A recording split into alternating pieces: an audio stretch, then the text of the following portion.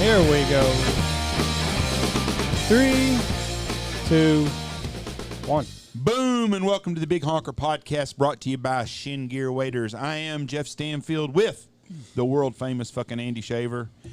And do you have to drop the F-bomb on that? I mean, you make it seem kind of crude, and it's not as tasteful. Just world-famous will work. Fucking world-famous Andy Shaver. Shin Gear does have waiters in, so if you need a pair, you better hurry up and get on the ball and order them. And sitting with us on the table today, and the goose is Dad. Dad's ashes are in the goose between us. So, with us today from Alaska, from the show, the hit series Alone on the History Channel, Mr. Colter Barnes. Colter, how are you doing, sir? Hey, I'm doing good, Jeff. Andy, thanks for having me, you guys. We're excited to talk to you. I got to tell you, that there's a lot of like these Survivor-type shows, but Alone, that's a tough one because it's just you and your thoughts for however long you can handle it. It's the real deal. It is. There's no camera crews. There's no gimmicks. You know, they're not asking you to recreate this scene or that scene. It's you out there alone and trying to document surviving out there. So it's, yeah, it definitely, after going through that experience, I can say for 100%, it is the real deal. There's nothing staged. They're not trying to, pin your drama against this contestant or that contestant. It's you, and your wits trying to survive. So my question is how do they give you fresh camera gear every week during the medical checks, or how do you get your batteries charged?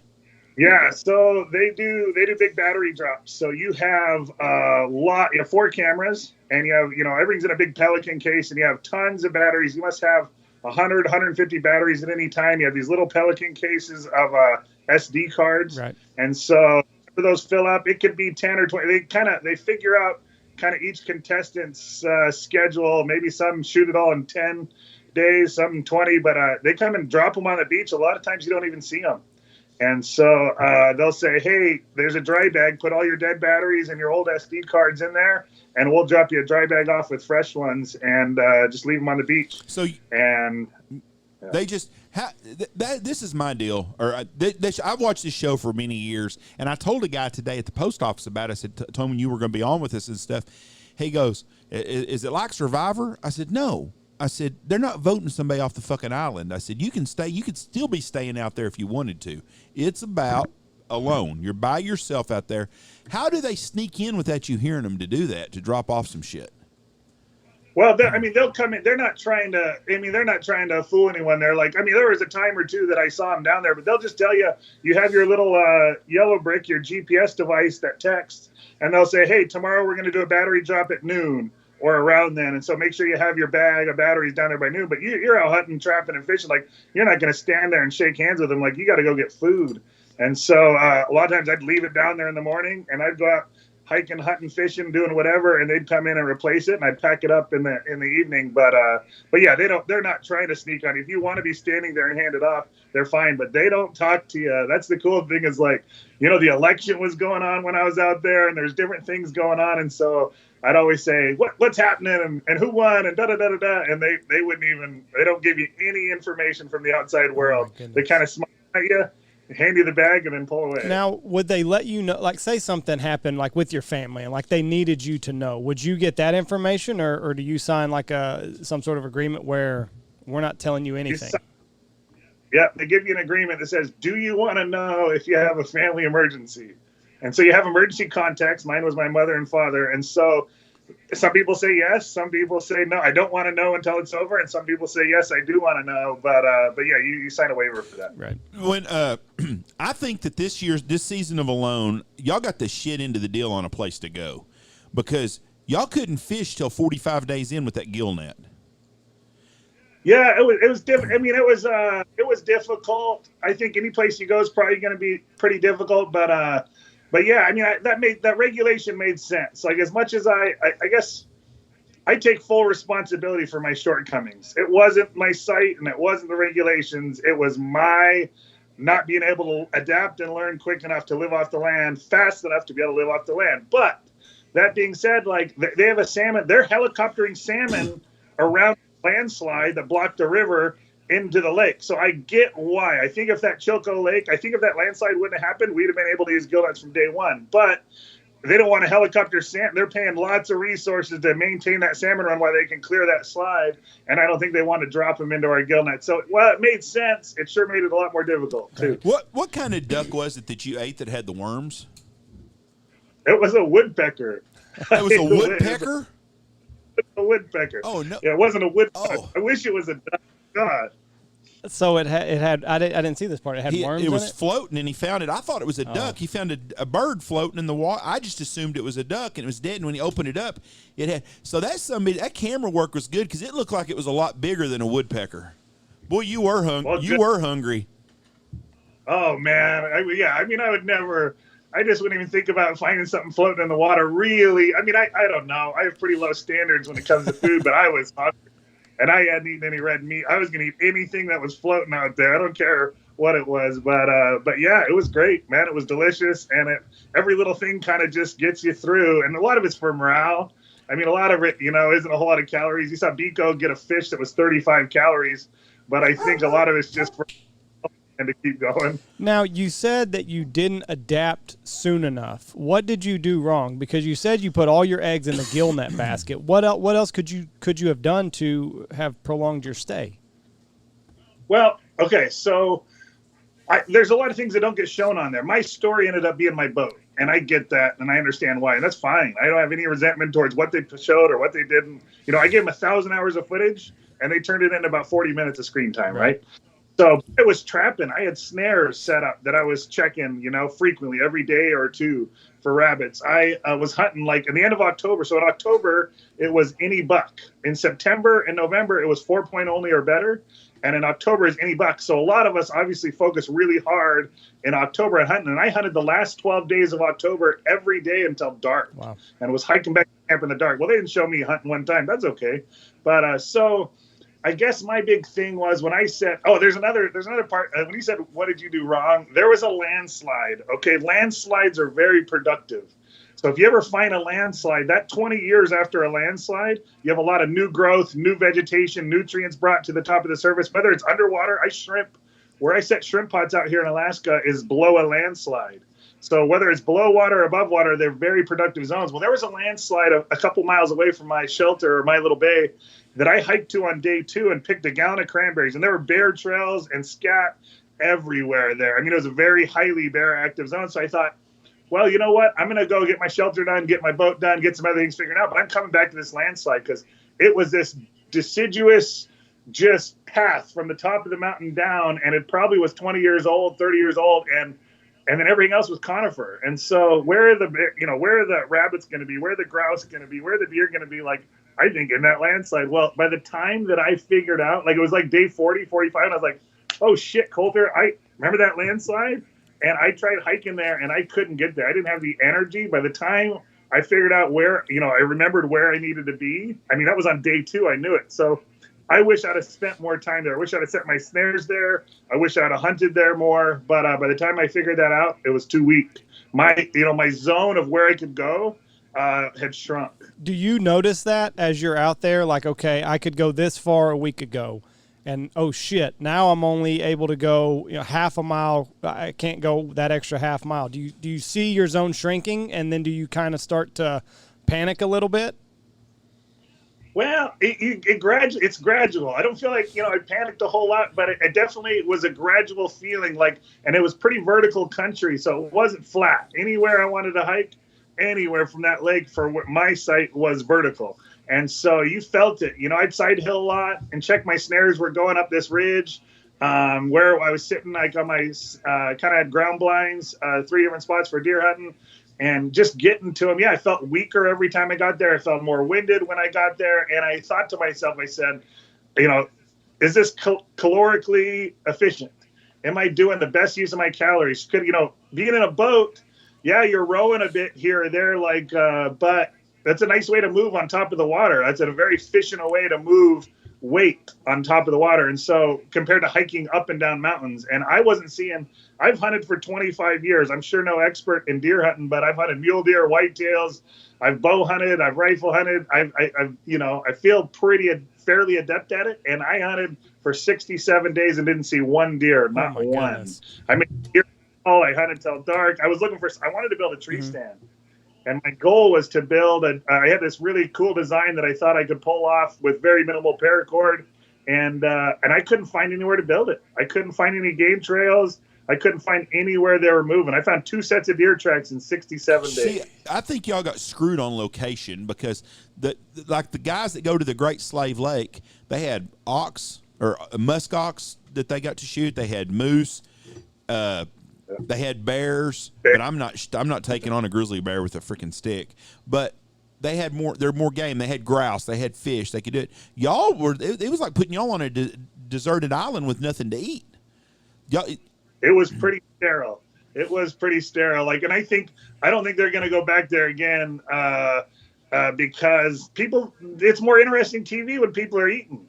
It's not people sitting in their shelters just starving to death. But when you're actually eating food and you can hunt and fish and do all those different things, it makes for a better show. And I think they understood that. I think COVID hamstringed it on location. And so because there were some provinces that said no, I believe, to the show coming in. So, yeah, it wasn't the most abundant. But, as Clay showed, it's a place that you could survive, Yeah, it's a tough – I noticed that, the show with the $1 million show, they had better shelters than y'all did because they had more rocks, I noticed. You guys look like y'all were freezing your asses off. Well, I don't know about that now. I'd be interesting to take the top few shelters from every season, but I like Teresa's Pit House. If you look at that latitude, if you look at people that have lived in that country at that latitude for thousands of years, indigenous folks around from Greenland and northern Canada and Alaska, they go underground in the winter because the soil temperature is warmer than the air temperature, so you go underground. So I thought her shelter was pretty slick. I like my shelter. They didn't show my shelter much, but where in your house is there the most insulation? The roof. Roof, right? Heat rises. And so I had a 3-foot thick roof. I think a lot of people build A-frames and teepees and stuff shit like that. And you can't insulate those. And I think you have a lot of heat loss. So I felt pretty good in my shelter. I had a huge boulder that had a crack in it for my smoke and stuff to exit. So I felt pretty warm. But yeah, I don't know. So it was warm? You weren't freezing the whole time? Oh, no. I mean, I didn't put on, to be honest with you, the 67 days that I was out there, I put my winter gear on 5 days. I wore my winter gear for 5 days. Otherwise, I wore my rain gear, uninsulated rain gear, 62 of my 67 days. Did you sleep well at night? I slept, about the first 15 days I didn't. And the last 50, I slept so solid. I slept really, really good. And I don't know what changed. My bed was uncomfortable as hell. It was and I never did anything to fix it. I have this, I can sleep when I'm uncomfortable. So I just never change it. But that was the most fucking uncomfortable bed I've ever slept on. Now, you said at one point towards the end that you started dreaming about food. Does that fuck with you? The next day, you're hungry all day, and then you go to sleep because you want to try to get away from the hunger, and then it just torments you in your sleep. Does that fuck with you? Yeah. Well, it's interesting because I'm going to be honest with you. I didn't feel food gave me a lot of joy to think about. Every day when I was doing a task, I would just think about today's theme would be gas station food. If I was at a gas station, what food would I get from there? If I was the next day would be a Chinese buffet. If I was at a Chinese buffet, what would I get? And it was these fun ways of just because I knew this was going to come to an end, and I knew that I'd get that stuff right. Well, it was in the early 60s, I started thinking of eggnog milkshakes. Winter was coming. I was like, fuck, I'd give an eggnog milkshake with a little bit of rum in it. And And then it started tormenting me. Like, that's when it turned from fun and playful to, my God, like, I need some eggnog now. Now, So yeah, it tormented me. The dreams didn't. It was funny because the one dream that I remember having that that was quite arousing was a buffalo. I dreamt of a buffalo liver. oh wow. So if you dreamt of a buffalo, I dreamt of a buffalo liver and woke up and yeah, was drooling. So Now you wanted to get a deer. What did you have, like a spear made that you were gonna spear it with? How are you gonna tackle this deer? no, so I had a recurve. I had a bow and 9 arrows that you got to take Okay, out there. So I do was remember bow, seeing that. and I would bow hunted with a compound bow in Montana and shot whitetail and elk and different things. So like I never hunted with a traditional bow. But I think, you know, I got pretty good out to about 30 yards and felt like I knew hunting, like knew what they like to do in the rut and how they behave, maybe where they're going to be elevation wise. That's the other thing is we never got a great snowfall. Right. You know, I wanted, God, I would have loved a foot or two of snow to drive those animals down from the top. They were high. I think they were up there really high. And that snow would just drive them down. And we never got it. We get a few inches and it'd melt a couple days later. And so you couldn't find rabbit tracks. And the game just wasn't moving down in elevation. I think they were still up high. And I couldn't get up high. So I go as high as I possibly could and sit for hours and call. Like when it was during the rut, I'd call. And I would, I sat some places for 6 or 8 hours. Then I'd move around and yeah, it was tough hunting. What's the rules on if y'all run into someone out in the woods? Well, if you run into, you're talking about another contestant or just someone else out? Guy that say lands a float plane in there and they're going to go hunt a group of guys. Yeah, you're supposed to notify. So you're supposed to have as little contact as possible. They give you a protocol for that. So if people show up on a boat and they're fishing and you run into people, it's like, don't go towards them, go away. And then if you need to notify them of your existence, but tell them there's kind of a whole protocol, but it's like, and then notify the show, like if they're making camp in your spot or they're putting some area, like you're supposed to notify production team. But yeah, I didn't see anyone, but yeah, they give you a bit of a protocol. I think other contestants did see, I think there was some folks that were seen, but it didn't become an issue. You can't go over and bum a meal off of them or nothing. And I would allow, everyone, like whenever they'd come up for a med check, I would tap people's pockets looking for a Snickers bar or something. So how often do they check on y'all? Like come to camp? Yeah, not often. I think my first med check, I think it was about day 30 or 40 that my first med check was, and then it was about every 10 days after that. So say 30, 40, 50, 60, and then they did another one on 67 where I got pulled. Do they, what is their, do they let you know how many people are left or they don't tell you shit? No, they don't tell you any of that. And you start, you say in the beginning you're pretty nonchalant and cool. You're like, oh, it doesn't matter. Like, no, I don't need to know all this stuff. And then by day 50, you're like, okay, just tell me, wink at me if there's 3 people left or if there's more than 3. You're like, dude, you start really fucking around with them, trying to get any information. I'd be like, hey, what's Clay doing? Are you checking on Clay after me or before me? Or I just, there were some people that I figured were out there still. And you try to get information out of them, but they're good at what they do, man. They're efficient. They come in there and they front every trick in the book. And yeah. So you did this in the midst of all the COVID stuff. You were like the safest person in the world because you're by yourself and anybody you see has on a mask. So, hell. Yeah. Well, total. But the interesting thing is, I was living alone on an island during COVID. And so in my situation, I actually saw more people. They asked me why I was going on the show, and I told them for the social aspect. I said, you're going on alone for the social aspect. He said, yeah, it's lonely as hell out here. Because I was working at a field school where we usually have students. So we had 10 student groups lined up last summer. Well, we canceled them all because of COVID. So I literally, 2020, spent the majority of my time on the island alone. And so I said, I got to go do something. I'm not going to sit out here alone on this island. So that's why I applied for the show. So how does it, what are the steps and processes to being on this show? Because we have a lot of waterfowl hunters that listen to it. We got people from all over and do all things, but we got a lot of waterfowl hunters. And they're all the time, they'll make comments, I think I could do that shit. I could do that shit. There's very few people I know that legitimately would even have a chance of lasting 3 weeks out there. So what are the steps to get on the show? Yeah, so I'll tell you my story. I'm not sure everyone's is the same, but I applied in February. I actually, it was interesting. I was sitting in the Seoul, South Korea airport. I was sleeping in the airport. There was like 7 people there. It's right at the beginning of COVID, and I said, my mom and dad had introduced me to this show in October, and I'd never even heard of it. And I was like, Jesus, you can go camping. If you can camp the longest, you get $500,000. Like, I'll apply for that. Sounds good. So I sent him an email with 3 pictures, a moose I'd killed, a brown bear I'd killed, and a bunch of salmon or something. And it was 2 lines in my email, like, hey, I live alone on this island in Alaska, interested in the show.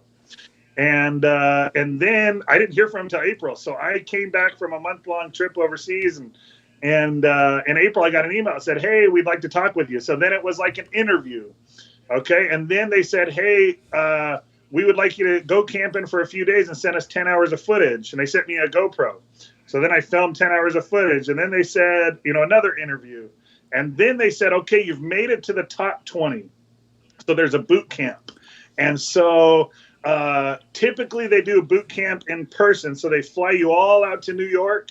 And I don't know where at in New York. It's, in the woods somewhere up north or something. But they put you 20 together, and then every day kind of has a different theme. Maybe shelter, fire building, water, food gathering. You have to butcher something. And the producers are there, and they are watching you, and they're interviewing, and they're seeing how personable you are, and if you make good TV. And then they narrow it to 10. Well, this year the boot camp was online. Again, they didn't want people traveling. They didn't want to bring everyone together. So it was like a Zoom week. So we had a whole week where we interviewed and demonstrated skills from our own home. So I cut up a halibut, or I made a bow drill fire, or, did stuff like that. And then after the boot camp, it was like August 1st when I got a call. I was down on the dock. The only place to get cell service out on the island there is down on the dock. And I got a phone call, and they said, hey, you're on the show. Wow. And you have 3 weeks. We leave in 3 weeks. So get your affairs in order, basically. That's a hell of a story. Yeah. What's the now where y'all were at? Did y'all have squirrels and stuff? Oh my God, there were squirrels everywhere. We couldn't hunt them. We couldn't trap them. We couldn't kill them. Why? Fever? Rabbit? So that's the thing, is the regulations. So there's like 3 layers of regulations, right? So we were on native land there. So they had their regulations because that's their land. And then there was provincial. It's the province of BC. They had regulations within the province. And then there was national regulations, right? And so the federal regulations. So all of them layered together, you couldn't kill mice. You couldn't kill squirrels.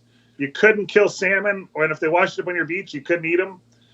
You couldn't kill black bears. You couldn't kill brown bears. You couldn't kill moose. You couldn't kill does. It was 4-point only bucks or better, except for the month of October is any buck. And then you could kill grouse, but I couldn't use my gill net. A lot of times you can build nets and catch birds and catch small game. You couldn't use a gill net for that. You had to use snares for rabbits, and you couldn't, and you had to hunt with a bow, grouse, and you could also hunt rabbits with a bow, but it was fairly restrictive, for sure, but we all had the same playing field. Right. So now let me ask you this. Let's say it's truly a survivor situation, like you're in a plane crash, nobody knows you're there. Had you had no restrictions, do you think that you could have made it longer? Like if you would have been able to eat salmon, if you would have been able to, any of that, do you think you could have made it longer? 100%. Yeah. I mean, I would have went after, I would have been baiting bears. Right. I'd have built a tree stand, and I'd be baiting bears. Yeah. There ain't no animal. if you look at how people live in the north, you need fat. And what animal out there has the most fat? What animal will come to bait? Bears. What was Patoka's up as Grizzly Mountain, But there were bears around. That would have been. Obviously, then I would have been, setting squirrel poles and snares, and I'd have been, building as big a gill net as I wanted to, and I'd have had it out any day I wanted to, and I'd have been I'd have go to salmon spot. I'd have moved locations. You wouldn't have been hampered by your little square, and so but everyone would have probably survived longer. But a bear, you can live off of a bear and salmon, you'd still be out there, I think. That's what I'm saying. Y'all got screwed compared to the other locations, because who the hell protects a freaking squirrel? Yeah.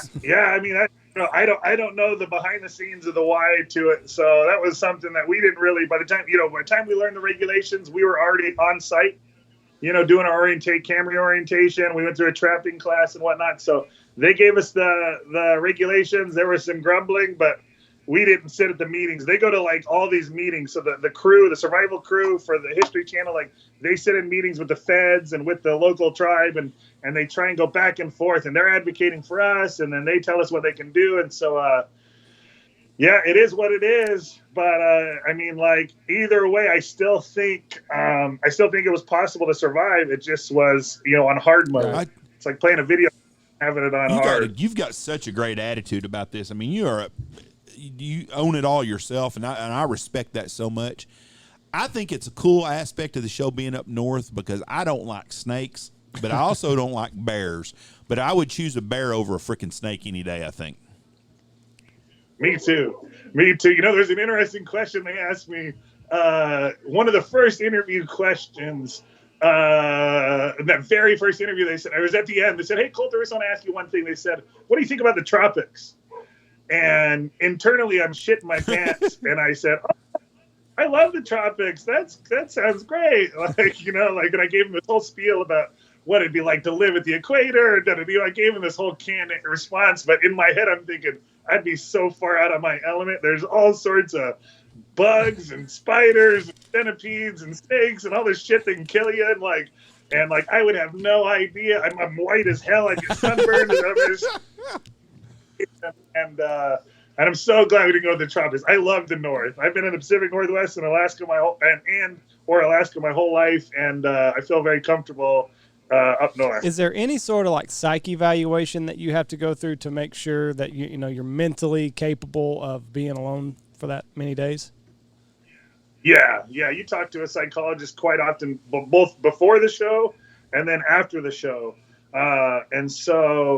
and even during the show, some of those med checks, I mean, they're asking you questions that are kind of testing how you are mentally. But yeah, and then it's great. After the show, you talk with a psychologist kind of during the refeeding program because I'd lost 86 pounds. Wow. And so there was a quite extensive refeeding program. And then you talk to a psychologist. And then every month after that, and then when the show comes out and airs, you still talk to a psychologist because they want to know, how are you doing? How are you portrayed? How do you feel about it?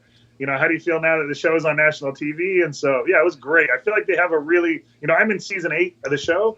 And so I feel like they've dialed it in. I bet the one contestants, a funny story is they didn't even get headlamps. And so what they realized right away was no one's shooting any footage after dark because they can't see shit. And so the show's learned a lot through the seasons on, I think, especially cast care. So you said a refeeding program. See, because I'm thinking, God, I bet as soon as you got on that helicopter, that boat, your ass is wanting something to eat. You can't gorge yourself because you'll. Oh man, I wanted to. I was so ready to eat. So as soon as they pulled me, and after I got devastated and done it, I pulled myself together. I said, "All right, who's got some fucking food right now? Let's eat." And they're like, "No." And they actually had a thermos, and they said, "Well, here you go." And they poured me a cup of broth, and I was like, "What the hell is that?"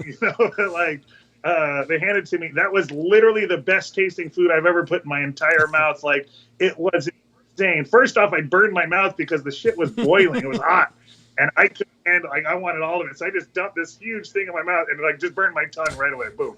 But the taste, it was bone marrow broth that's made by a native woman, an elder that they've had making it for the show for years. And I've made a lot of broth. I've made a lot of bone broth in my life. I made thousands of jars, and that was the best broth I've ever had. And they give me a cup every hour. So then for the next 59 minutes, all I thought about was that freaking thermos. I was like, where is it? I want to know where it was. I asked them if I could hold it, if I could just hold the thermos. If I asked them what time it was, because I couldn't tell, but I was crazy. For about the first 48 hours, I had a lot of food anxiety because they go and put you in a room back at base camp, and you can't really leave the room. They just want you to rest. They want you to eat. They want you to, for me, they want me to shower. They wanted stuff. And so I couldn't go forage. So they would feed us 6 times a day, little bits. So the first 3 days were just mostly broth. and a little bit of like yogurt or avocados, like, like some good and vitamins and stuff like that. But I couldn't forage. So between like the 3-hour feedings, I would just pace back and forth in the room and look out the window and be like, there's got to be some berries out there. There's got to be some roots. Like, I need to go fucking get some food. How long does it take you to turn that that survival mode off in your mind? You kind of, like you were saying, you're just pacing back and forth like, oh, I could go get this or I could go get that. How long does it take for that to kind of click off and calm down? Well, I don't think it's ever clicked off for me. Like that's kind of how I live. But I would say it took a week or 10 days, like to really get out of the, I'd say I ended up being there 13 days and gained about 50 pounds in that 13 days. And so a lot of that was water weight. They're pumping you full of vitamins, so you're retaining more water. So, but I'd say it took me a week before I bought into. I knew that the game was over, like the show was over. But in terms of the physical, 67 days of kind of starving and every single waking moment trying to get calories, I'd say it took a week to turn that off to where I wasn't stressed, wasn't worried, wasn't constantly thinking about it, wasn't, I'd say it was about a week. Right. Would you do I'm assuming they're going to end up having a loan with people that were on it before to come back and try it again. Would you do it again? I'd leave tomorrow, man. I'd leave right now. I'd turn this phone off and go. I'd do it in a heartbeat. I want another shot. And it's not another shot to, just to win. Like, oh, I want that money so bad. Like, no, I'm going to be fine. I'm pretty lucky to, I think I can find jobs and find where I'm going to be fine with or without the money, but I want to do better. Like I want to push myself to do better, to compete against myself. Like I'd love to go back to the same square land with the same regulations on the same day and do better than 67 days and learn from my mistakes and learn from what I could do. So, but I'd also love to go somewhere more plentiful. So, history, if you're listening, I would love to go somewhere there's more food as well. So, but I want So just a lucky break, like if you would have found a bear had killed an elk or a moose, you'd have made it right there because you could just, the bone broth alone would have helped you tremendously. Yeah. They also have rules in the show, and I understand why. They have rules that if you find things, you need to notify them when you find things out there. Because some people have found things that would give you an edge. They say, if you find something, that's great. Use it. If you find a plastic bottle, you find cordage, you find, whatever, ropes, tin cans, people find all sorts of things. But like people have one guy, on that in the Arctic up in Great Slave Lake found a boat, like an aluminum boat that was flipped over. He made a hot tub out of it. I know, that was crazy. But that boat would not float. Like it was cut in half. And like, so they determined that was okay to keep. It didn't give them an unnecessary advantage over the rest. But like, if someone cached food or so I don't know what they'd do if it was a big kill.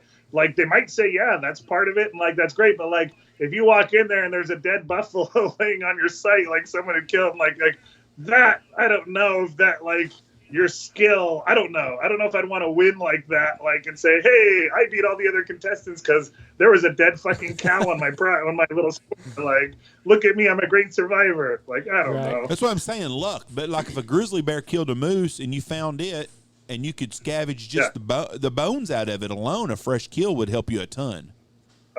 Absolutely. I'd eat the whole damn thing, including the maggots that were on it. Like, absolutely. I got a weak stomach, and I've never been that hungry, so I don't know like what I would eat. But maggots. When you're hungry, you're hungry. I don't know. Are they rich in calories at all? I started farming maggots when I was out there, and it's one thing they didn't show. But so all my fish guts, I dug a hole, and I put all my fish guts, except for the ones I ate, I'd put the rest of the fish guts in a hole, and I had maggots going for about 3 weeks.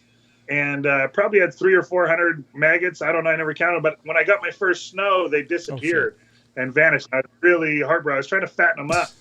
But, I think they're really good at turning some awful stuff into, some calories and fat and protein. So have you always been, you'll eat anything? Or is that something that you kind of cultivated when you were out there? Because maggots, like, had you had maggots before the show? No, I never had. I've eaten bugs. I mean, I've eaten bugs on travel and stuff like that. But crickets and stuff. But no, I'd never eaten maggots. But yeah, you don't get a body like this being picky, Andy. You can't see my lower half. So what do you walk? What's your walking around weight? 240, and you said you lost 87 Down to 150 pounds. What? I was down to 156 pounds. So I lost 86 pounds. I was 242 when I went in, and I came out at 156. I haven't been 156 pounds since I was 12. Because you're a bigger guy. Like, you're tall, too. How tall are you? 6'2". Yeah, you're 6'2". 6'2". Yeah, so, I mean, you're a naturally kind of bigger guy. Hold on just a minute. How you're an interesting guy. You were in a South Korean airport when you found out about this show. What else do you do? I mean, not everybody just goes to South Korea. Oh yeah, so I work at a field school called Tidelines Institute right here, and it's located at the Hobbit Hole Homestead on the Indian Islands, surrounded by 23,000 acres of wilderness. So there's like 4 big islands, this archipelago there that and it's the only homestead on the island, and so there's nobody out there. So I'm the only year-round resident for this school. Okay, well I live out there 12 months a year. And for about 5 months a year, we have students, mostly college, that come out. And then the other 7 months, I'm pretty much alone on the island, sometimes absolutely alone on the island for months. And so they kick me off the island for a month every year so I don't go crazier. So I have to leave the island for a month. They don't care if I go to another island. They don't care where I go, but they said, you're leaving the island for a month. So I have to leave. So I've been going to Thailand the last few years, just renting a motorcycle and snorkeling, driving around the country, a bunch of different. I go to different islands and snorkel and eat food and see people and enjoy civilization. So that's crazy. What's the place called in Alaska you live at? Tidelines Institution. It's called the Hobbit Hole. It's called Tidelines Institute. And if you look at if you Google map Hobbit Hole, Alaska on the Indian Islands, it'll come up. And it's a really funky, cool spot. It's this little tidal hole in this island that you can only get into on high tides. And so, and there's this homestead in there, and it used to be a fox farm back in the 20s and 30s. It's over 100-year-old homestead. So really, I mean, like you truly, like you said, you did this show for the social aspect. Like, it really is no different than what you normally do. I wasn't sitting on this podcast before I went on there. So yeah, like I absolutely did it for the social aspect. I have met hundreds of people because of this show. And if I didn't do it, I wouldn't have met anybody. Right. Like I would sitting alone on an island. So what's really cool is I got to know all the other contestants. I got to know the production crew. I got to know, a couple of the native folks that we were on their land. I've gotten to know fans now and other survivalists. I've gotten to know you guys. Like literally, it was a joke. Like they said, you came on alone for the social aspect. But it's been 100% my reality. And one of the best parts I got from it is the networking and the contacts and people I've got to meet because of it. But what I'm saying is you were already on an island alone. So, like, when they sent you out to the wilderness, like, okay, like, I'm not really missing anything. There's not anything that I'm really missing other than, food and shelter and water. I just forgot the food and the beer. Did you get scared by bears any time you were there? One time. Well, I understand that, but I mean, once. Yeah, like, and I don't say this like from a macho point of view. Like, no, I'm not scared of bears. Bring them on. Like, no, but like I've lived in Alaska for 15 years in the bush, and I've had hundreds of instances of occurrences with bears. I've fished around them, hunted around them, I've hunted them as well, watched them, observed them. Like I've lived with them. So they're wild animals, and they can be unpredictable, of course. But like I've gotten comfortable enough around them. It's like. You're not scared of cars, right? Because you've been in cars forever. Well, if you take someone that hasn't, put them in a highway, like they're going to be kind of freaked out. Well, I wasn't necessarily scared of bears, but I was that one instance on day 15. I was really worried about my boat. I've had bears in my skiff before, chew on my fuel lines, chew on my fuel tank. Like they love rubber and plastic. So on that one instance, I was thinking, God, if that bear, I'm not worried about my personal safety. God, I got bear spray and I have, some bear bangers, and like bears, they don't want to come really mess with you, and you don't want to mess with them. And so like, it's kind of a mutual thing, but they would love to chew this boat up, and it smells like fish. I've had fish in the bottom of it. So like, oh my God. And that's my that's one of my big strategies I thought was a game changer was the boat. And so that was my big fear, but no, no, I wasn't worried about bears, especially when you have salmon runs. Like those bears have been going to those salmon runs for hundreds, thousands, I don't know how, for many, many years. And so that's what they're there for.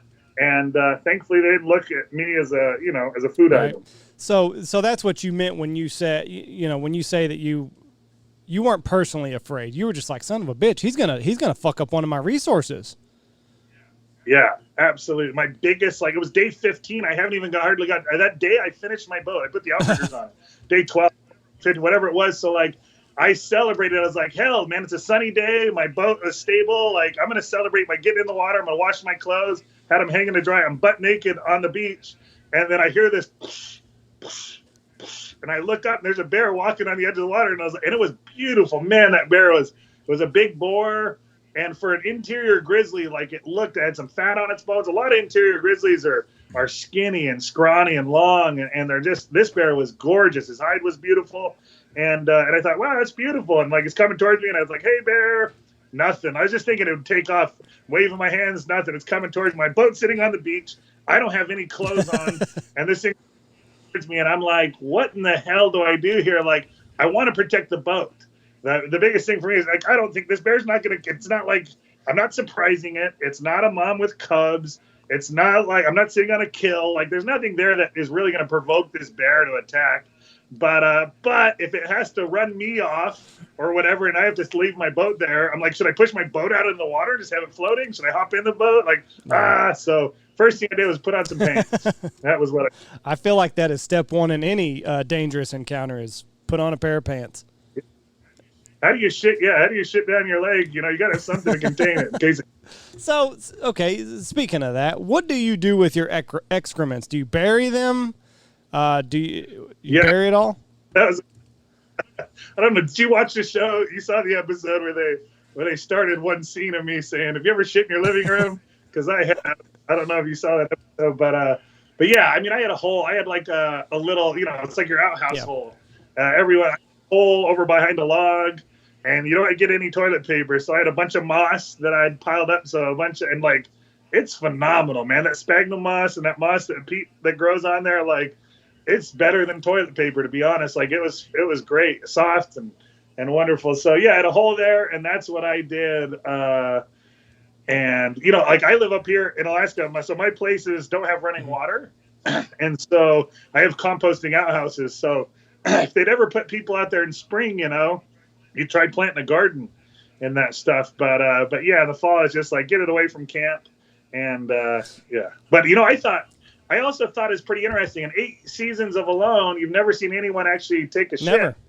And that, I was like, is no one going crap out there? Are we that fecal phobic that we can't because at 50 below zero at Great Slave Lake, that's kind of interesting is what do you do when it's frozen up? The ground's frozen, 3 feet of snow or ice and what do you do about that? I think the people would be interested. I can't imagine you having to ship much because you're not taking hardly anything.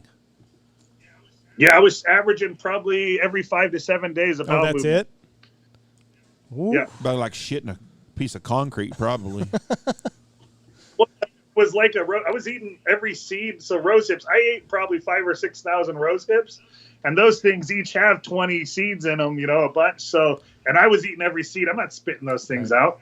There's got to be some caloric value to them. So when I would shit, it would look like, it was hard as hell. And it was just a giant seed. It was just it was all seeds. And it was just sesame seed roll or something. It was insane. So did you have this knowledge of mushrooms or did they have a course on mushrooms that you should look for? I love mushrooms and bees. Those people that are into fungus and people that are into keeping bees are a weird bunch.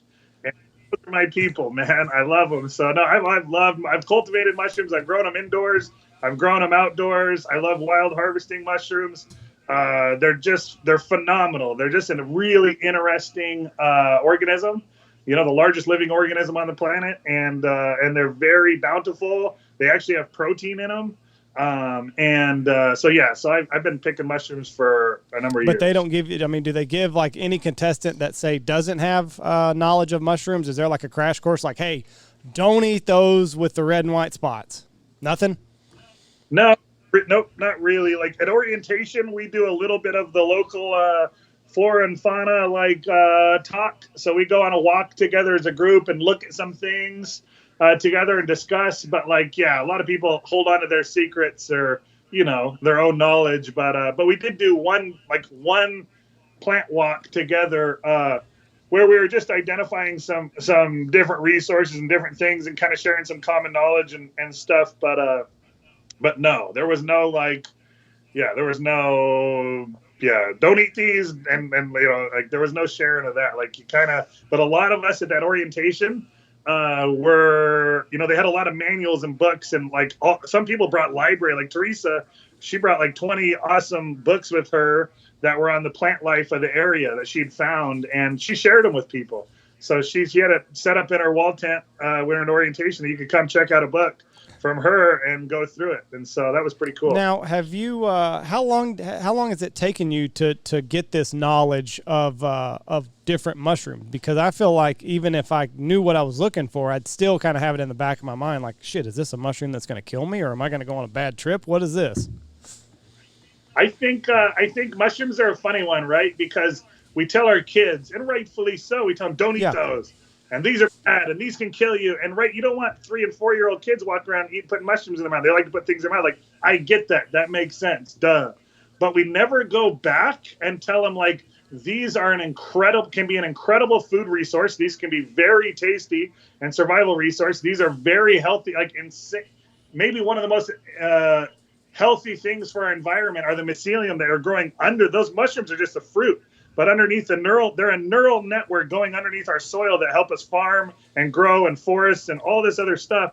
We never go back and tell them the fascinating stuff about mushrooms. And so a lot of people live their lives afraid of them or don't want because they think it's just like you said. I've never been reintroduced to mushrooms. I've always been told. Well, it's because we don't have them here. I've got mushrooms growing in my yard, Jeff. I've always been told stay away from them. They'll kill you. The ones growing in your yard probably will. You don't fucking know, Jeff. So, but hold on. I want to know. So, what? So here's go ahead. I do. This is I only know, honest to God, I probably only know 15 or 20 mushrooms that I can pick, and I start with the ones that are most abundant and the easiest to identify, because I don't care about specialty mushrooms I want to pick this one, or any plants that are this special one or that special one. I think that's great. And people that are artists and people that nerd out on this stuff, I think that's beautiful. That's not me. I want to eat. And so I want to know which ones are the most prevalent in my area that are the easiest to identify. Some tubes. So boletes, they have tubes. They don't have gills. If it has tubes, it's probably safe. There's teeth mushrooms like hedgehogs. If they have teeth, they're probably safe. So teeth mushrooms and tube mushrooms are safe. If it has gills, there's thousands of different kinds, and you have to really know your stuff. And so if it has gills, it becomes really challenging. Well, it's taken me years, but I'm still adding stuff on. So if I know 15 now, my goal next year will be add 1 or 2 on where I'm at. But we don't go back and retrain kids. We just tell them that, and then we forget about it. And literally, I've worked in education, and I've had students that graduate high school that are afraid or don't know or disinterested or just think they're toxic, when really the greater majority of them are not toxic. Right. And see, the ones we have here have the gills on the bottom. So maybe I should stay away from them. No, it just takes a little more work. Do spore prints. You have kids, Yes, Andy? I do. Do spore prints with them. They will love it. I guarantee you. Get a white sheet of paper, take all the caps off the mushrooms, set them on there overnight, leave them for 24 hours. They make a fingerprint, just like your thumb. They make absolutely beautiful. It's like art, but then you get a microscope or a little lens. They have colors and shapes inside. It's like a fun way. It's a mystery. And kids love it. So you take the cap off and you set it upside down on a white sheet of paper? Set it to where the gills are down on the paper, and you put a hole over the cap. And just all it has to do is sit overnight. And then you pick the cap up, and it might have purple spores. It'll drop millions and millions of spores, like seeds. It drops them onto the paper, and it makes this beautiful shape of the gills. It's like a fingerprint, and then you can identify the mushroom using that method. Wow. What are we looking for? See, I've never heard of anybody eating a mushroom from around here. That's why I'm assuming they're poison. Nobody. So what are you looking for when you take the cap off that paper the next day? So you're looking to see how wide the gill. So you have a little mushroom book, and it tells you, it's a flow chart. Are the gills this color? Are they this shape? Is the stalk hollow or is it stringy? Is the cap, when you break it, does it stain blue? Does it stain green? But it's like not that complex. You go through this little step by step. I've seen third graders do this, and they love it because it's straightforward. It's yes, no questions. Are the gills like this or are they like this? And you answer it, and then it takes you a flow chart. And so you go through this flow chart, and at the end it says it's from this family or that family. And then you do, you go to that page, it says flip to page 67, and this is what you have. But it's just like, it's fun. It's easy. It's fun. And it adds more food to your table. So when you're eating duck, you should be eating wild mushrooms with it. Or when you're and it's just one more food. When you're out there, like when I'm out hunting or getting firewood or doing something, I'm always collecting mushrooms or I'm collecting plants. And so it just adds to your repertoire. I'm going to ask you this, because I don't think a coon ass could survive up where y'all are at, because they've got to have seasonings on everything and make it spicy and really good. Did you not just crave salt or something when you were stuck out there for all that time? Well, I was trying to harvest salt, so I had some rocks. I built another hole that I filled with rocks that I'd piss on every day. So when I go pee, and I was thinking after a certain amount of time, salt crystals would start building up on that. And so I was planning to harvest some salt. I was thinking about salt. I wanted salt. And but it's amazing what happens gradually over time, okay? So the first probably week is the hardest. So when you go out camping or you go out to the woods, one of the favorite thing to do, right, is to eat some jerky, trail mix. Like when you're out there, everything tastes so good. And you just want to eat because you're burning calories. Snickers bar, all that shit. And so, but it happened so gradually that honestly, I never had hunger pains. I never was oh my God, I have to eat. I knew my body was starving physically, but it happened so gradually that your stomach's shrinking little by little. And then I get a fish every once in a while. So it wasn't that painful, to be honest with you. Even though I looked like hell, I felt great. I felt day 67, I felt like I could take on the world. I felt really light. I felt strong. I'd get winded easy, but I felt really good. So it's a weird phenomenon. Starvation is weird. Now did you do anything to prepare? Did you fast when you knew that you got the part? Did you try to fast to kind of see what it would be like mentally, or did you, whenever you got out there, is that the first times you went through these hunger issues? Yeah, everybody did something. I think people probably prepped more than I did. And so everybody did different regiments, and some people put on 30, 40, Tim put on a ton of weight, and Biko was putting on weight. Everyone was trying, but and some people fasted to see what the intermittent fasting and blah, blah, blah. I didn't do any of that. I just, I did put on 20 pounds. And so I eat more carbs, or I'd eat more often, or drink beer, or do something that put on some weight. But that weight fell off so quick. If you put on weight quick, it comes off quick. And so that pounds I put on just flew off, and then I got back down to my resting weight. But anyhow, yeah, I didn't prep for it that way. I think I could have been more strategic, but I don't think it cost me. I think I went out there and I felt great. I felt strong. I wasn't getting the calories I needed. I never had hunger pains. Mentally and emotionally, I felt 100%. I just couldn't connect. I couldn't get the food. If you hunt, fish, and trap, it's not a sure thing. You go to the store, there's going to be meat in the meat department. That's easy. It's convenient. We all know that. We love to take the easy route. You go out into the woods, it's these animals are on the top of their game. They live this every second of their lives. They're trying not to die. And they have honed in hearing and senses and smell and all this stuff and sight. So you're up against the odds. And so it was a fun challenge. Do you feel like your spidey senses, for lack of a better term, got heightened when you're out there? Like you said, animals, they've got all these things that through evolutionary history, they've got it honed in. Do you feel like towards the end, you were picking up on different things than what you might have on day 1 or 2? Absolutely. Oh, 100%. I think all the distractions, I was so present. I was so present oriented. All of my to-do lists, everything that we have going on in our lives disappeared. So I didn't have to mow a lawn, or I didn't have to host students, or I didn't have to call a family member. I didn't have to remember a birthday, or a gift, or an anniversary. I didn't have to do any of that shit disappear. The only thing I had to do is survive. And so, yeah, you just let every sound, you listen harder and longer. There's no one there to talk to. When I go out hunting or I go out playing in the woods and I have someone I'm visiting or chatting, or, not always when you're trying to hunt, but it's social, or it's something, your mind's distracted on what you have to go back to and work. And when I was out there, I was so present oriented. It was beautiful. It was awesome. Every smell, I would smell it. I could smell it for hours. I didn't have to go anywhere. If I was sitting in a blind hunting, I could smell. If I was in the lake and I'd feel the bottom, I could go back over that rock and over that rock and over that rock and drift around this point. Or I could, yeah, you just had the time and you had the energy, you had the motivation. You weren't doing this for sport. You weren't doing it because it's fun. You were doing it because you literally needed it to survive. If you didn't do this, and so like, it was cool. There are many evolutions in your body, and I was so much more aware at the end and honed in. You are a little bit feral. You are. Yeah. If you could do it all over again, what would you swap out of the 10 items you could take with you and add something else? Okay, nothing. Nothing. I'd swap out nothing. I'd take the exact same 10 items, and if I was going anywhere that the show's ever been, I'd take the exact 10 items. Now, hindsight saying that I didn't see my first grouse till day 52.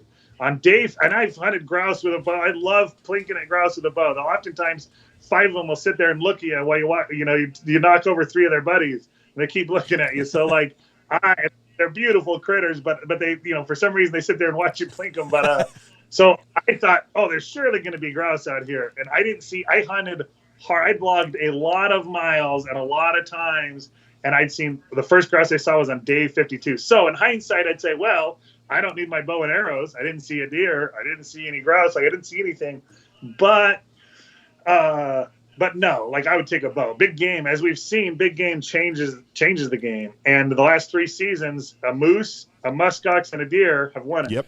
So it's a big deal. So I wouldn't change anything. I love the boat, even the boat idea. If I was on the ocean, if I'd have been, they've done it on Vancouver Island. If I was like, I think the boat would have taken me really, really far. I'd had crab pots, shrimp pots, halibut skate lines. You know, I'd have had, you know, and then the ocean just more plentiful. There's seaweeds and limpets and all sorts of stuff. So like it was pretty sterile out there, and I still thought the boat would be a game changer. But I'd do it over again. The boat, yeah, it was a good combo. I still hunted on land. They didn't show that, but like then I had the land and I had the water. I could get to new areas. I was going around points, getting to new creeks and areas that would have taken me many more calories to hike. I mean, you know, you think about it. You know, the bow and arrow didn't come into play, but a big game animal it's literally a home run. Like if you can just get that, you're gonna extend your stay. And you know, I mean, you definitely have to take it just on the off chance. You know, you could have come around a cove and there could have been a deer and you could have gone ashore and gone after it. But absolutely, I mean, absolutely. How close was your nearest competitor? Oh, I'd say by air, I really don't know, but I know that the competitor north of me was Jordan on the same side of the lake, and no, it wasn't Jordan. Sorry, it was Nate. It was Nate, and I think he was maybe 5 to 7 miles away to the north. Like I'm not positive, but we all kind of we all came out. We're not supposed to do this, so I hope you're not listening, lone producers. But we all got together and figured out on the map where we were and drew a map of all 10 contestants. And so it's cool to see where everyone was. But yeah, there were miles, but you know, a few miles between all of us. I wonder how often a couple of competitors have met up by accident doing stuff. So you can't, I mean, I think it would be impossible. To be honest with you, from being on a show, like I would say that in 8 years, it's never happened. And the reason is, and maybe it has, and I don't know. And I know people pull all sorts of shit, but you have a GPS tracker on you at all times, 24/7, this yellow brick. And when you step outside your boundary, it's an invisible boundary, but it goes off, it vibrates and says, you have walked outside your boundary. You must turn around and go back. They're watching you at all times. And so, but what's great is they use geographic markers. So on one side, it was a creek for me, was my boundary. On the other side, there was a ridge, like a mountain ridge. And so I knew where I walked to the edges and set those alarms off. So I knew where my boundaries were. So, and then if they put miles between contestants where their square is, we'd have to leave our GPS tracker, somehow communicate that we're going to do this, leave our GPS trackers, know that and the contestants out there, north or south of you, and they'd have to hike with kind of no purpose out there. So like, it would be difficult, but could happen, but it'd be difficult. Well, what I meant was On I didn't know if accident. by accident, if y'all were out hunting or something, and if 5 miles apart, you know, you both walk 2 miles and you're close to it, you know, you're within each other. That's more what I meant. So I keep a GPS tracker on you all times. That's for your safety. Does it have a heart monitor and stuff on it also, or just a? It does, but it has that button, that tap out button on there. So if you got in the shit, if my boat was sinking and I'd wait. I didn't have waiters, but if something was filling up and I couldn't swim or I couldn't, I had hypothermia or something, like, you hit that button and they'll send the cavalry right now. Like, they'll send a helicopter. They know, like, if someone dies on the show's over. Right. So not going to happen. So I felt very safe while I was out there. I really did feel like, you can push your limits more than you typically would. A couple guys go out to the woods hunting on the weekend elk hunting, like, or you go out and try and mimic this, like, you don't have doctors checking on you every 10 days. You don't have a tap up button where they're going to come save your ass. Like, they're really focused on you. So, like, you could push your limits. I push my limit farther than I probably ever will. Hopefully I'll get another shot and I can push it further. But in a typical scenario, you're not going to push your starvation. You're not going to push some of the things, because I had a button that I could push and they'd be right there. How far is the base camp from y'all? I think for me, it could have been, 25 to 40. I'd have to look on a map. I've never done the scale, but I was the furthest south on the lake. So I was way down. The base camp was the furthest north. So however long that lake is, so if you just go and see how long the lake is, but I was literally the length of the lake away from them. Did that button ever enter your mind, or was there never any point that you were like, I wonder if I should push this? Okay, all right, I'm lying. I'm shaking my head. Yeah, no, it wasn't ever like, I never got lonely. I never got cold. I never got hungry enough to, like, and again, that's not me being macho, like, hey, look at me. Just like that wasn't even in the top 10 length of camping trips I've ever been on. Like, I've been camping for 85 days and 92 days and 67, 75. Like, I've been camping much longer than that. And so I was like, yeah, it just wasn't, so I didn't miss family a whole lot. I love you, family. If you're listening, I miss you. But when my boat sunk on day 62 and my gill nets were out in the water, so I was supposed to have my safety gear with you at all times. I didn't pack it. It was like more weight. So if I would have had, and history shows, sorry you guys, but I didn't have my safety gear with me. But I thought about it just for a split second. I thought, this could be it. I said, God, my boat sunk. My nets are in the water. I know I'm pretty weak. This has been kind of one of my big strategies. My snares aren't producing. And now it's 4-point only or better. It's November. So I was thinking this might be the day, but that lasted less than a minute. So I never, looked about it. I thought about it, and then I thought, I laughed. There was this little kid.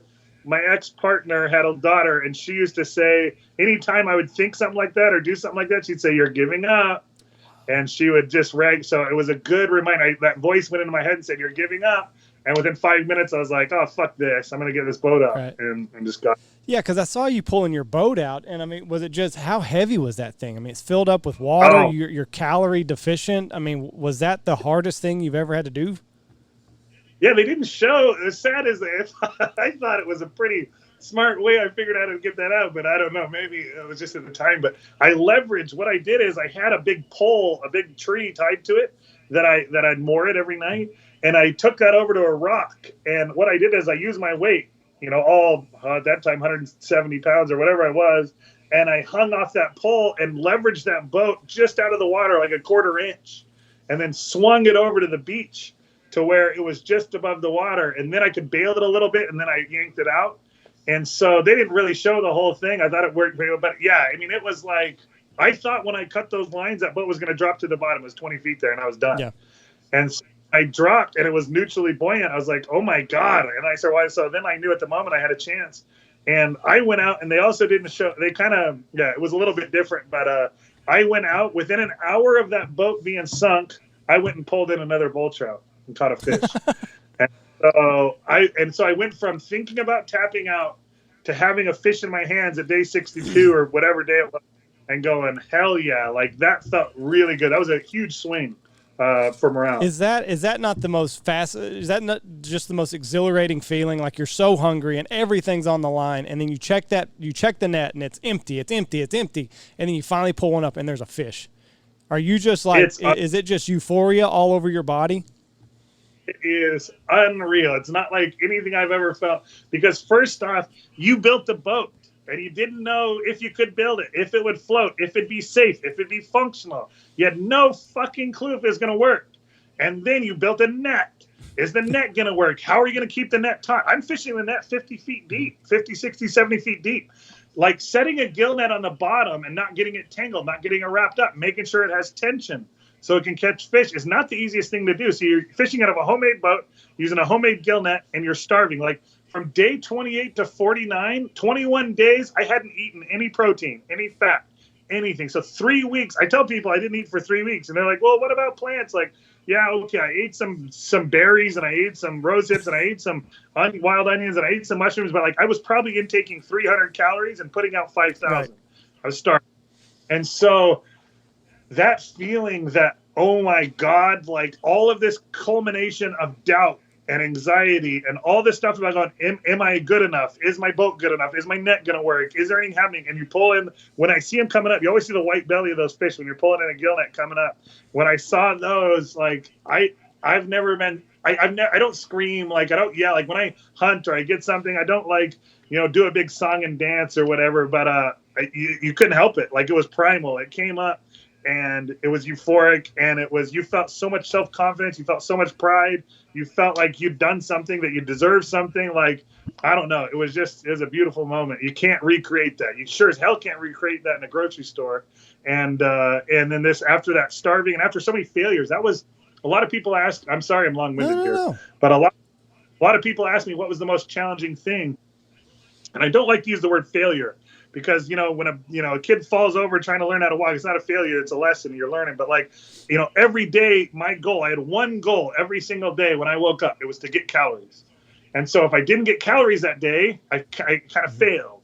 And so, you're starving, and let's say that 3-week run, 5 days into it, I failed 5 in a row, 8 days, failed. 12 days, failed. 17 days. On day 17, you're going out there and you're hunting and you're trapping, you're fishing all flipping day, and you don't get anything. And it's been 17 days since you've succeeded in your eyes. And so that mental game of saying on day 18, I'm going to push it just as hard. And on day 19, I'm going to push it just as hard. Well, on day 21, I caught those 2 bull trout.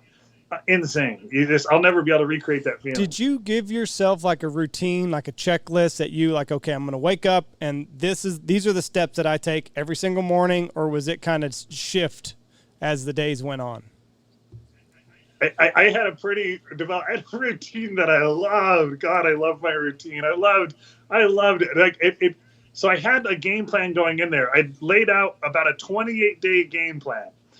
Okay, of things I was going to, when I was going to build my shelter, when I was going to build my tree stand, when I was going to build my boat, how I was going to focus. Obviously, I'm going to go in there and adapt and learn from the land. Like if there's a bunch of berries or a bunch of onions or a bunch of fish or like deer everywhere, you're going to adapt. But I had this kind of mindset. Well, that kind of played out. Of course, it twisted and turned and evolved a little bit. But about day 30, I'd say from day 30 to day 67, I had a great routine. I'd get up in the morning, I'd unbury my fire. So I had just these coals going all night. I was very efficient with my firewood. I allotted myself 12 rounds a day, 6 in the morning, 6 at night. I buried my fire each time beforehand. I unbury it. I'd have tea. I'd make 2 quarts of water, and I'd make sure I drink a gallon of water a day. Make sure I stay hydrated. So I drank 2 quarts of tea, and I had pine needle tea. I had fir needle tea. I had yarrow tea. I had Labrador tea, Kinnickinnick tea. I had all these different kinds of teas. And then I put dried mushrooms in there. And then if I had anything, onions, I'd put onions. So it became kind of a soup. I'd drink that, get dressed. Then I'd go outside and check my snares. And then, I'd do this loop where I was bow hunting and checking my snares, looking for grouse, looking for deer. Then I'd go down to the lake, go check my gill net. And then I'd troll around and fly fish. I'd come back, have more water, sit by the fire, warm up. Then I'd go out in the evening and either deer hunt or go back on the lake. And then at night I'd have tea. I'd play Yahtzee. I'd bury my fire and I'd go to bed. But it was like this beautiful, I loved the routine. I loved the pace of it. I loved the thoughtfulness and intention. I love hunting and fishing and trapping every day, all day. Who doesn't love that? So I didn't want to go. Literally, part of the reason I didn't want to go is because I love that routine so much. And you would play Yahtzee every day. Every day in the morning and at night, I'd play a game. And I had a big rock, that huge boulder was the size of a king bed, a queen bed, 4 feet high. I wrote in a piece of charcoal my daily high score. So on that rock at the end, I had 30 numbers written on there for my highest score. My highest score ended up being 311. If you're worried about it, Jesus.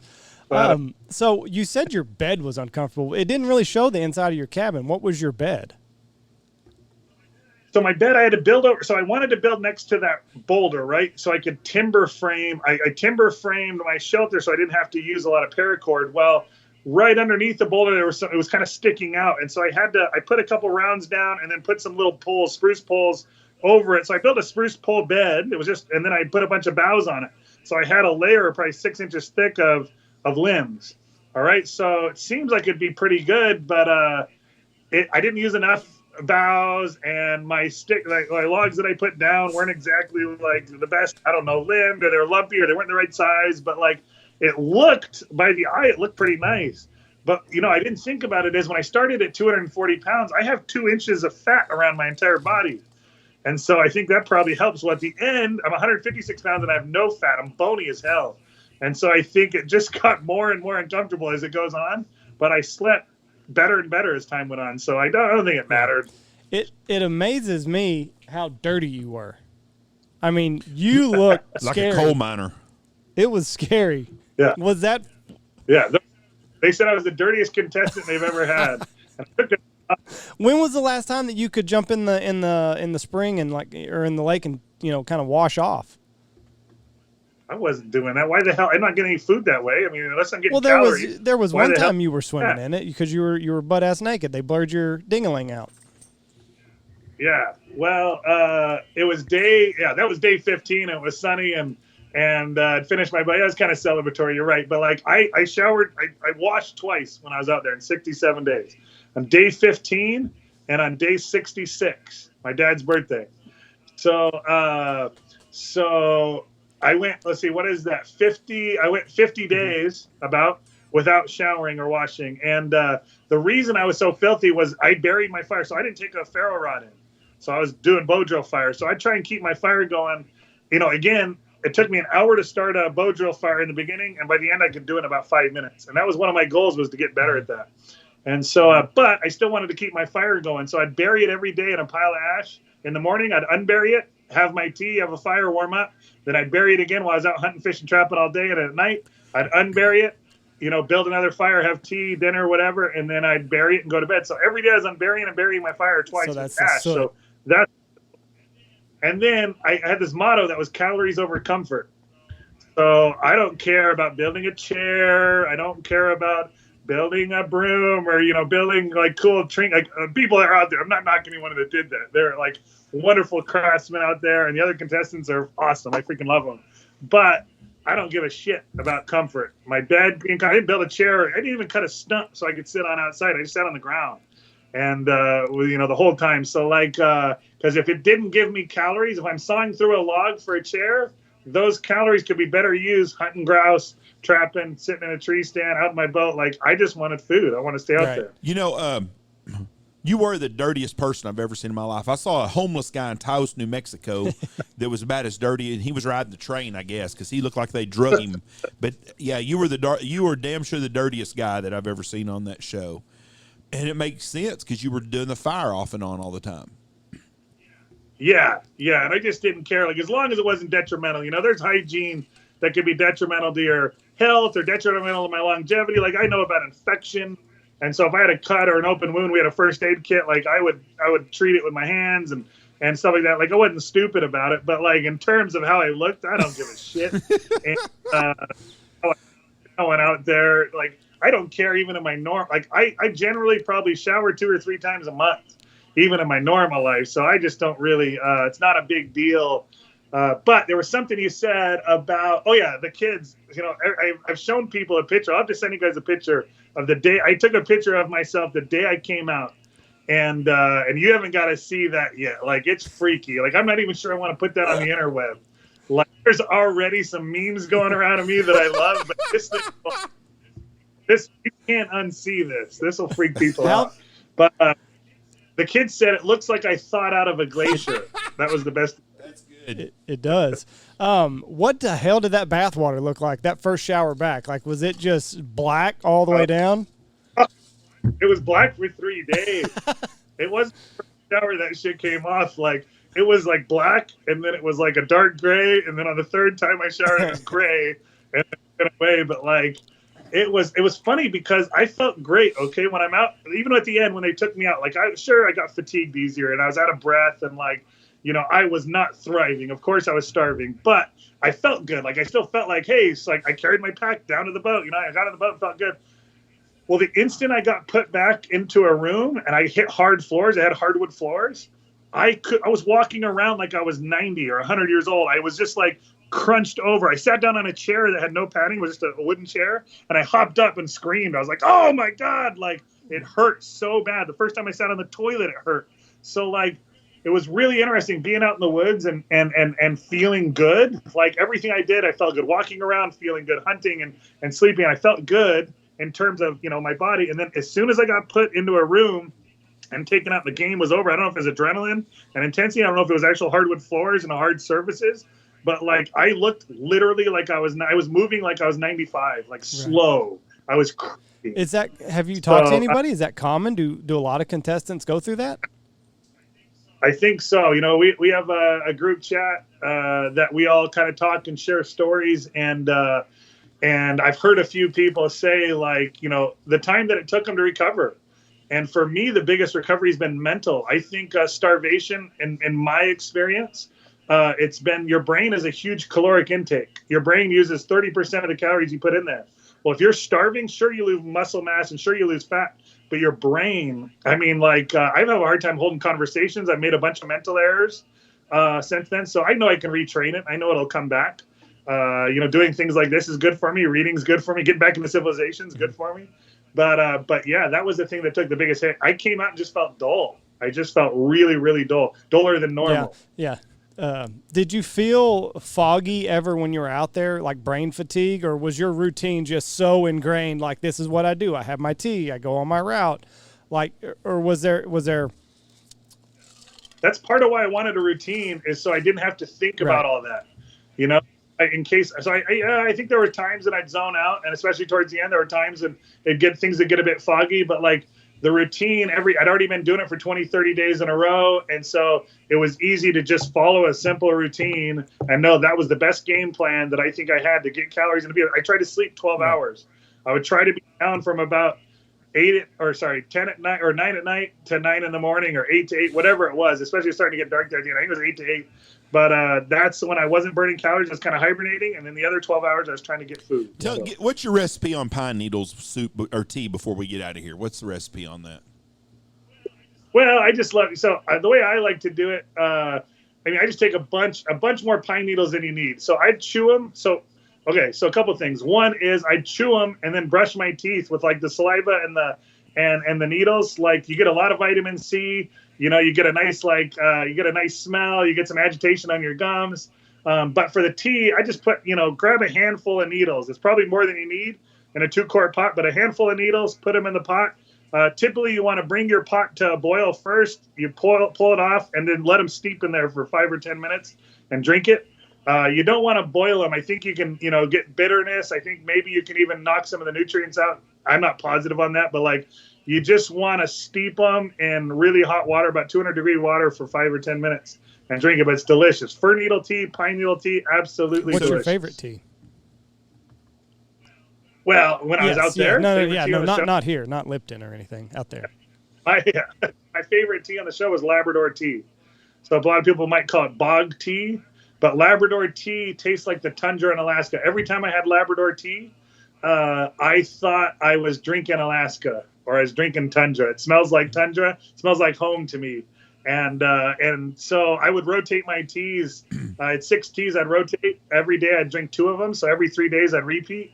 And so every time I got Labrador tea, it made me think. Well, what is Labrador tea? Tell me that. Bog tea. Just what do you? So it can pick out. So you probably, you don't have it down in Texas. I'll tell you that. Or where you guys are in Texas.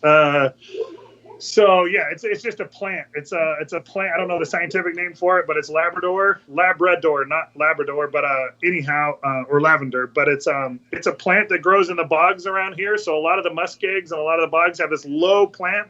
It has orange on the back of its leaves, so it's got this elongated, kind of waxy-looking leaf, and you just run your hand up the stem. You can get about 20 leaves pulled off, and you can dry it.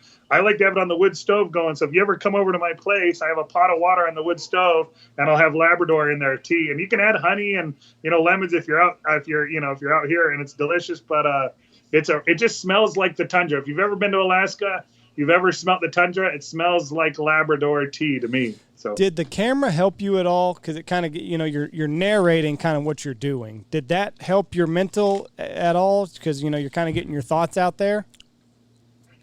I think there's times when it did, so when they give you you kind of have stuff that you're supposed to shoot.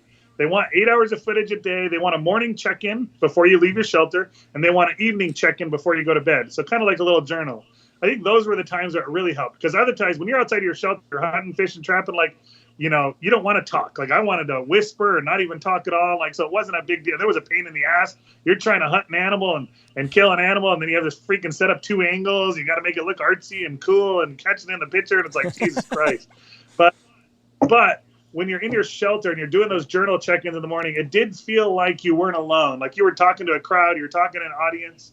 And so that was kind of nice. So you'd wake up and say, oh my God, I dreamt of this, or I thought of this, or every night before I went to bed, I'd do a grateful thing, like what I'm grateful for. I'm grateful for teachers, or I'm grateful for wildlands, or I'm grateful for whatever it was. And so like, I don't know if I'd have done that or vocalized some of that stuff if there wasn't a camera. Right.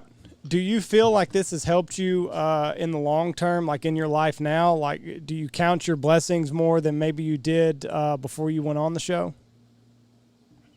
I mean, I hope not. I hope I counted my blessings before I went on the show, and I hope I continue to do that. I do feel extremely grateful and fortunate and privileged to have the life and support and parents and all the experiences I've had. But yeah, I mean, I'm very fortunate for this experience. It was phenomenal. Something I've dreamt of as a little kid. Like, man, I want to go see how. Like, I dreamt of. I was named after John Colter. He was the only guy that left the Lewis and Clark expedition.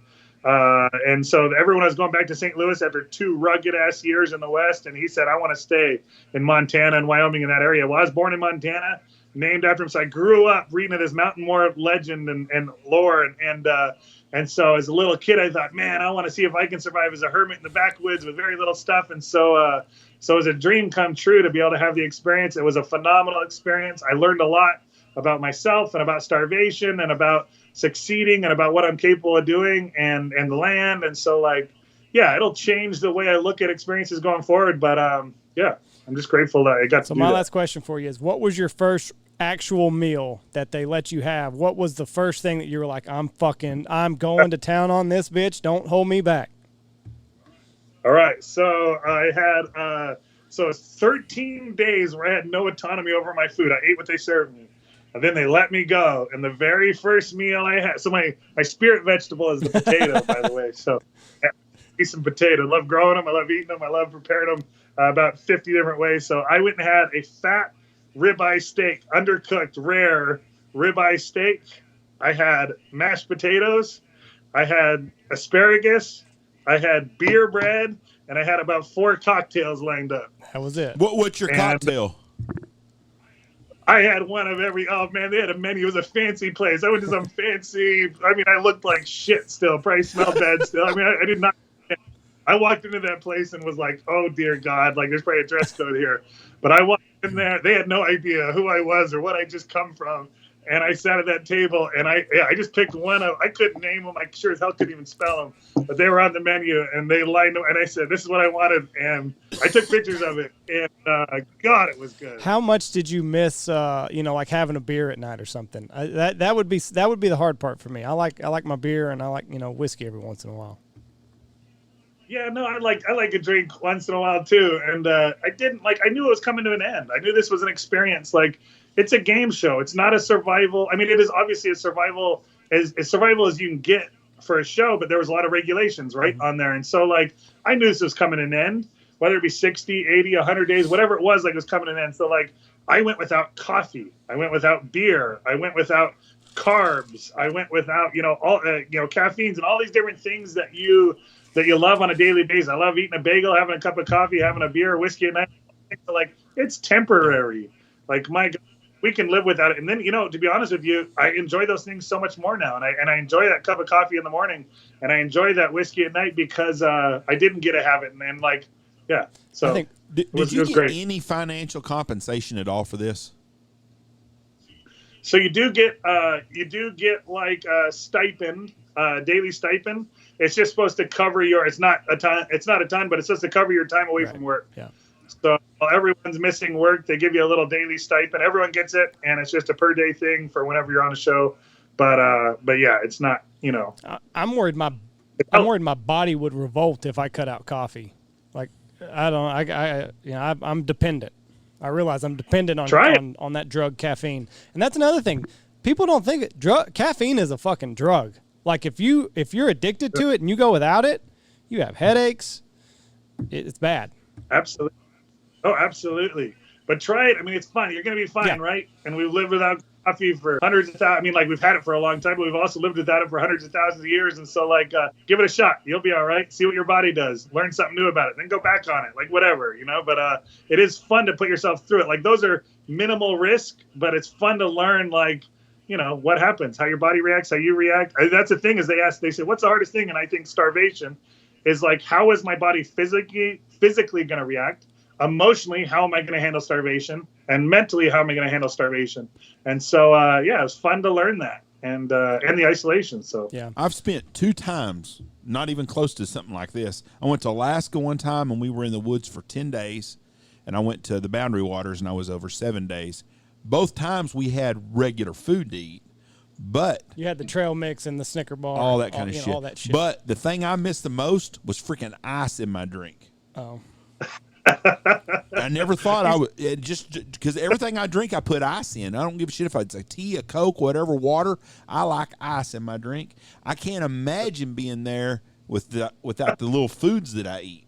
You're a very tough man, and you have been one of the most interesting people we've had on this podcast, and I appreciate you being on here, and I sure hope they let you do it again. Well, I appreciate it, Jeff and Andy. I really enjoyed being on here, and I gotta leave you with one thing because he made me think of my father. There, he loves ice in his drink, but he's got a saying that he's going to be his ideal weight about 50 days after he dies. There you go. That's exactly right. That is exactly right. Well, hey, we wish you the best. You enjoy Alaska. I hope y'all have a cold winter so we can have a cold winter down here. All right. Appreciate it, you guys. Thanks for the time. Hey, thank you very God much. Bless you, man. You have good a good luck. day. And like I said, I hope they let you back on because you're a fun man to watch. I'll go back out there in a heartbeat. Right. Thank you. Thank you. Colter Barnes. Very interesting man. Telling you what. Very educated man, too. I think you have to be. I don't think that's a game for a couple nitwits from Texas. No, I think you've got to have an understanding of nature, and you have to have an understanding of yourself. Maybe they'll have a pseudo celebrity type deal, and they'll invite you. You're mentally tough. You would do pretty good for about 17 days. The thing that would get me is I'm a cheating bastard, and if there's some fucking squirrels and I'm hungry, I'm killing me a squirrel.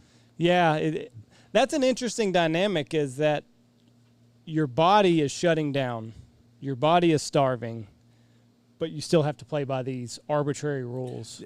That's what I noticed this year more than the ones I've seen before, is they didn't have no food hardly. Right. Those people were fucking starving to death. And that's what they said to him, or the last day the last med check, like, they get in their little huddle away from him, and they're like, yeah, he's starving. It's like, well, no shit. Yeah. His body's starving. It's like, well, no fucking shit, lady. For the last 40 days, it's been starving.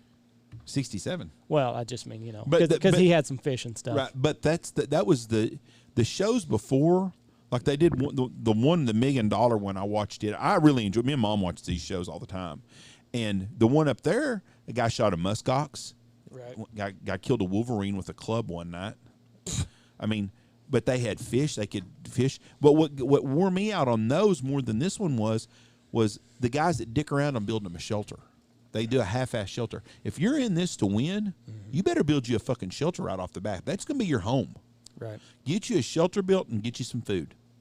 The keys. But there, they were so handcuffed on shit. And the other place you would see game, hell, he didn't see a deer. He saw 2 deer tracks. Right.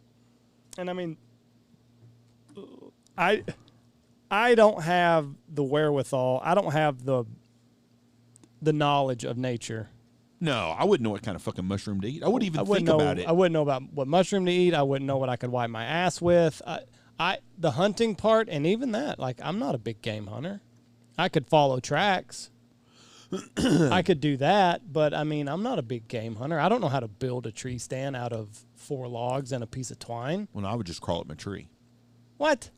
Some of those trees are vertical. I don't know if they got branches like they do here. They some do, yeah. I'm not saying I would not want to do that anyways. If the animal I'm chasing doesn't have feathers, I'm screwed. But you're a hunter. You would do better than you think you would. I don't know. You would do because you're a hunter. People that can hunt and fish, I wouldn't have a problem. The hunting and I don't fish. Well, the hunting and fishing part wouldn't be a problem for me. The comforts of home would be my problem. I'm gonna be like, fuck this. I ain't doing this shit. You know, I'm not staying in the woods for 100 days for $1 million and freezing my fucking balls off. It ain't happening. I don't need $1 million that bad. Now, if you guaranteed me if I'd go 100 days, I'd get $1 million, I'd have to think about it.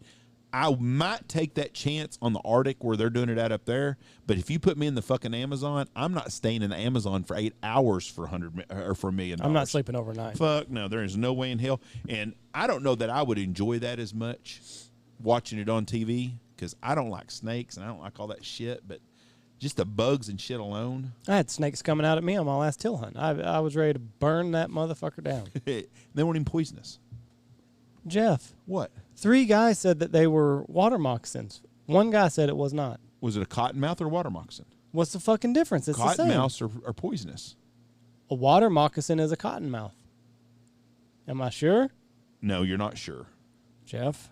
There's a difference between a water snake and a I understand cottonmouth. There's a difference between a water One snake. guy said they weren't. I'm going with the guy that said they weren't. I'm going with the 3 guys that said, yeah, if they bite you. Well, I wouldn't want to go get bit. They'll make you sick probably anyways. Are they zoologists? They said they're around water moccasins all the time. Let me look this up. What'd Kevin say? He said it's a water moccasin. Probably cottonmouth then. I go with Kevin because I trust him. How do you spell moccasin? Mocas. Oh, there it is. Is a water moccasin the same as a cottonmouth? I don't know that we have cottonmouths out here, though. No, I've seen a cottonmouth before. Water moccasin versus a cottonmouth. Moccasins and cottonmouths share one common thing. They are the same snake. Well, there you go. That makes sense. But the ones I saw pictures of did not look like a... Did they have a head, a rectangular head? Them snakes did not look like that you shot. Well, it's a different color. Yeah, that's what I'm saying. That was not a cottonmouth. But see, so this picture right here, and this is what the guys told me. They call this a blunt tail. And the snake that I saw, it did not. So see how the tail gets real slender, but the body gets real fat? Yeah. Its whole body was slender. Those were just water snakes that you've seen. I saw the pictures of. That's what I was thinking. I don't think that's what it was. Well, listen to me. Hey, I'm gonna tell you, at 6:30 in the morning when all you see is the shadow or the outline on the lake, and you see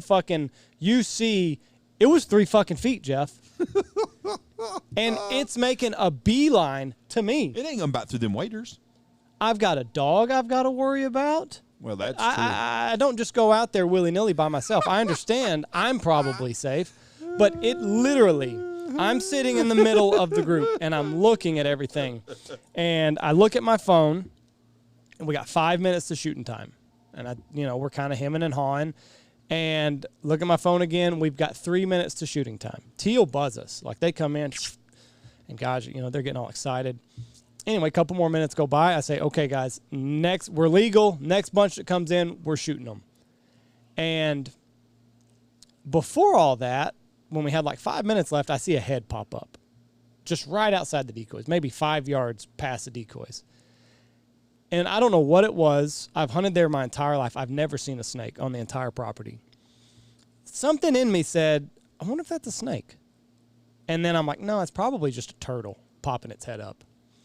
And then 5 minutes goes by, tell the guys we're legal, and one of the guys says, oh, shit, there's a snake. And I'm like, motherfucker. And I look, and the lucky duck was right in front of me. And that snake is slithering under it, coming aground. And it gets its head, comes on the shore, and they shoot it. Did you know that Kevin killed a rattlesnake on that same place one of Dad's last steel hunts with him? Oh, fuck.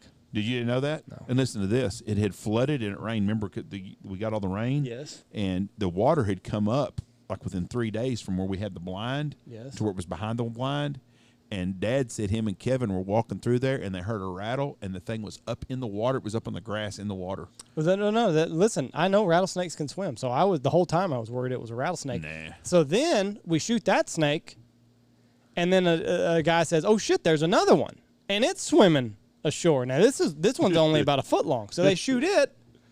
Then the guy says, "Oh fuck, there's another one underneath the lucky duck."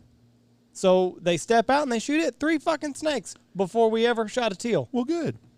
It was the most terrifying experience that I've ever gone through in my entire life. Let me tell you. It was horrible because here's the deal. 3 snakes are trying to swim in or trying to come up on the ground where we're hiding. What snakes have already come past? Oh, you're and are probably already setting them in them. Exactly. Me and Tony were tube fishing one time in Wichita on a bass pond. We caught a lot of fish, but there was also a lot of water snakes, and I quit the last time I killed 2 of them with my fishing pole.